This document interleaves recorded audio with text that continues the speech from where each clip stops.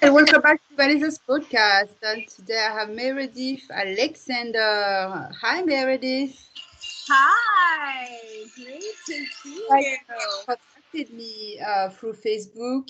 I see everybody has like their life going on and like so much stuff is happening to people. But I think your story was different. It looks like you went through a huge challenge in your life and then you're trying to recover with your daughter. So I read some parts of your story. So maybe you can tell me better in your own word what happened to you, your story. Sure. First of all, thank you so much for having me, Vanessa. It is such an honor to be here with you and with your peeps, your tribe. I love it. Yes, Um, yes. It's been almost 2 years. Actually, in December, I will be 2 years. Yep. I can't believe it. Yeah. Congratulations.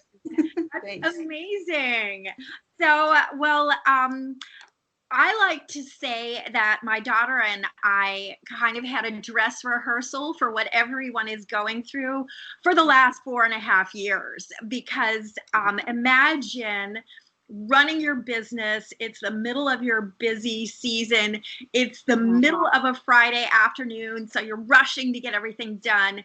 And then all of a sudden, the phone rings, and you pick up the phone, and just from the inhale, the person on the other end of the line, you know that your life will never be the same again. And that's what happened. I got a call on a Friday afternoon that my youngest daughter, who I'd just spoken with the night before, she had been in Colombia, South America, building schools and on a fellowship from Yale, doing all kinds of amazing things. How And was she? she was 22 years old, and she had been traveling literally around the world, had ended up in Peru to Wow.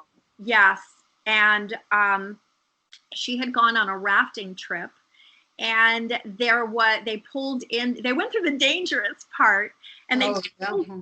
they pulled into this little grotto and scaled up the side of a cliff to jump off a ledge into the water. And someone ahead of her, when they took a step, a boulder broke away from the side of the mountain and came crashing in and split open her skull and knocked her off the cliff onto the boulders below, which crushed her lungs, fractured her spine and scapula, snapped her right thigh, and pulverized her left And ankle. not just her. It just happened to her, nobody else. Just her. Oh my Just God. her. So So, what happened? What they so do at that moment? So they were in the middle of nowhere in Colombia. So they had, at first they thought that she didn't make it, but they saw that she was still breathing, and so they had to pull together and get her back in the raft, get the raft over to the shore, get her up the side of a ridiculously steep mountain to a dirt road where their van was, get her in the van, drive her over this dirt road for 45 minutes to the closest road where an ambulance could actually come. It was 45 minutes just to It, get there? Oh, yeah, wow. yes, it took them more than an hour to find a hospital that had an ICU as well, because in Colombia, the ICUs are all privately owned. So I got the call that she was being operated on and that I needed to get down there, that uh, even one of her injuries would have been considered probably fatal, and she had 4 of those life-threatening injuries. So the best that they thought they could do was to keep her alive, maybe long enough for me to come and say a final goodbye. So it was a shattering phone call.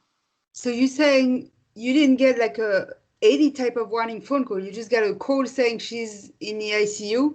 Yes. She's getting operated on and Yes, oh halfway, wow. in South America. I was in Florida in the United States, Oh. and I get this call. And of course, I've never been to Colombia. I do not speak Spanish.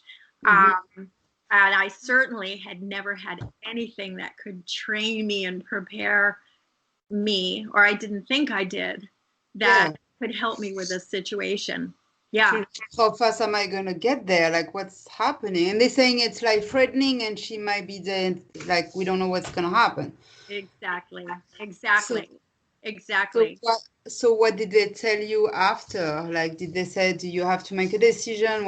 Are you coming? Are you So trying to go there? Or? So the rafting company was going to pay for me to fly there, which meant I had to fly from Tampa, where we hoped, although believe it or not, we got turned away at the Tampa airport because it was 45 minutes from takeoff. And even though we didn't have, I had 3 changes of clothing in basically a purse. That's what I had, but they still wouldn't let us on the plane. So my son drove my other daughter and me to Miami, where we then flew to Bogota and then flew to yet another city in Colombia and then had to drive 4 hours to get to my daughter. Wow. So How long did that take? About a day? It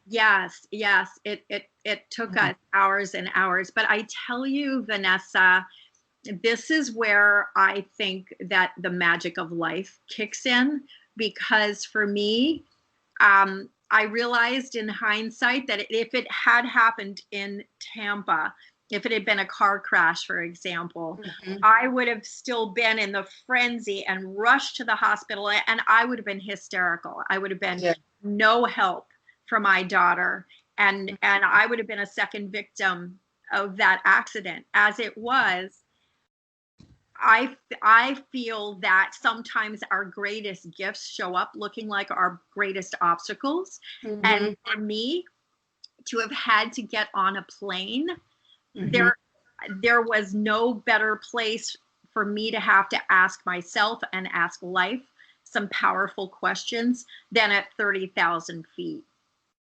Yeah.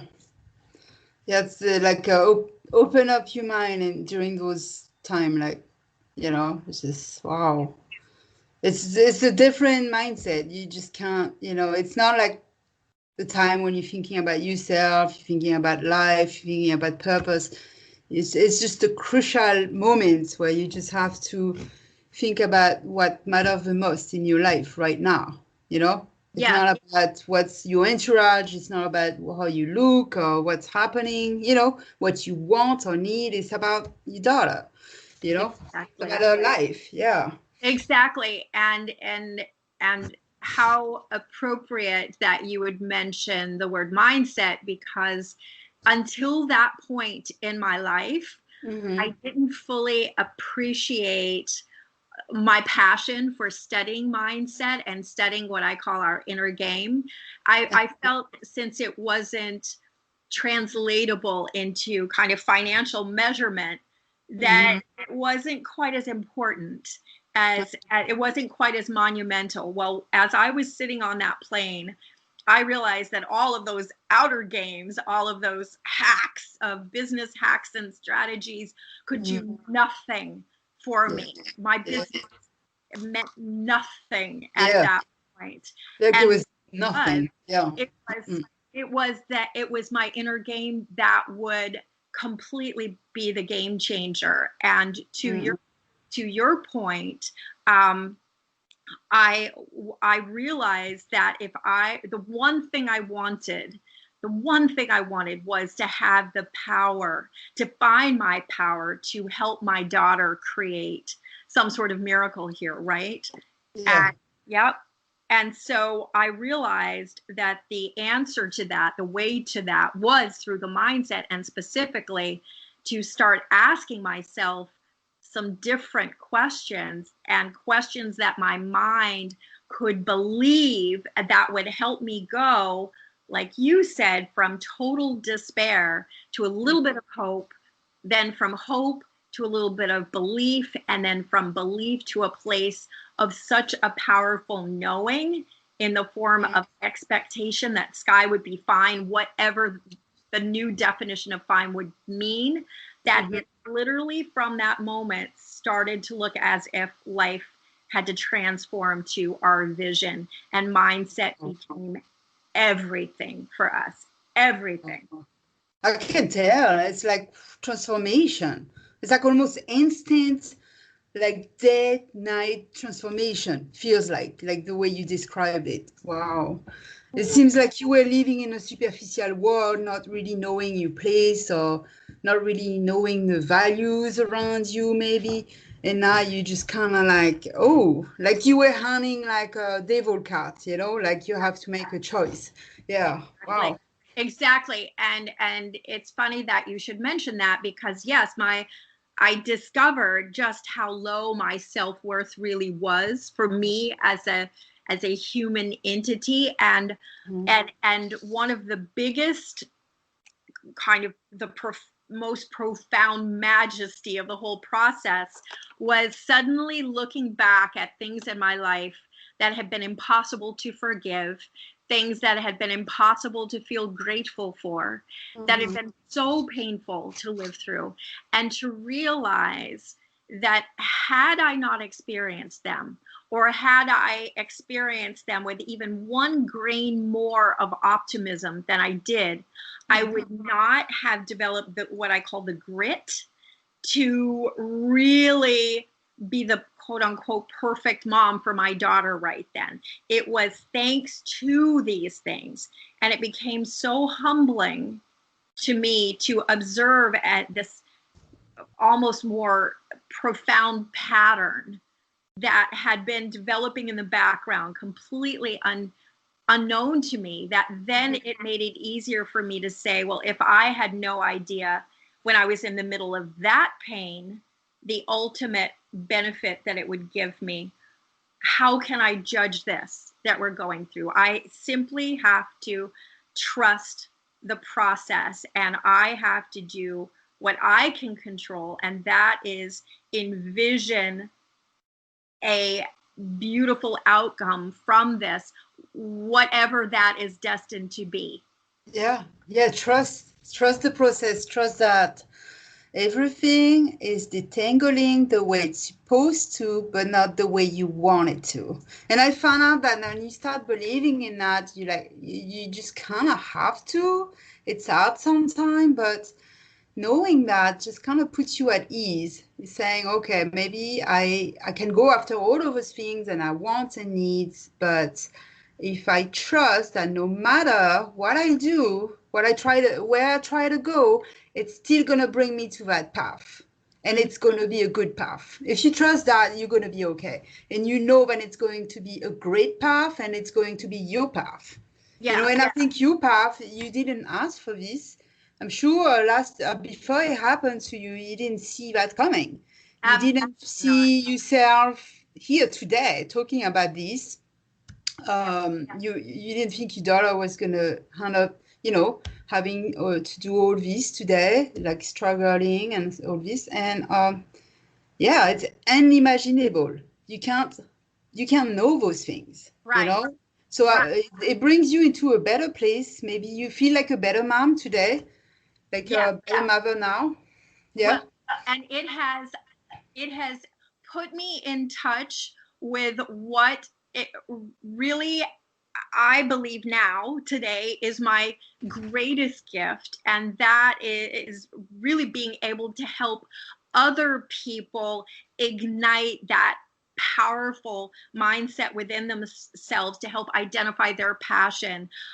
It was such a desire of mine that was entrenched in my blind spot.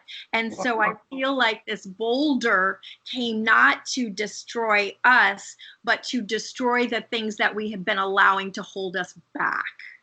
Yeah. Yeah. Wow. That's incredible. So how I feel like how things got from there after you went to the hospital, and then how did it happen? How did things go after that?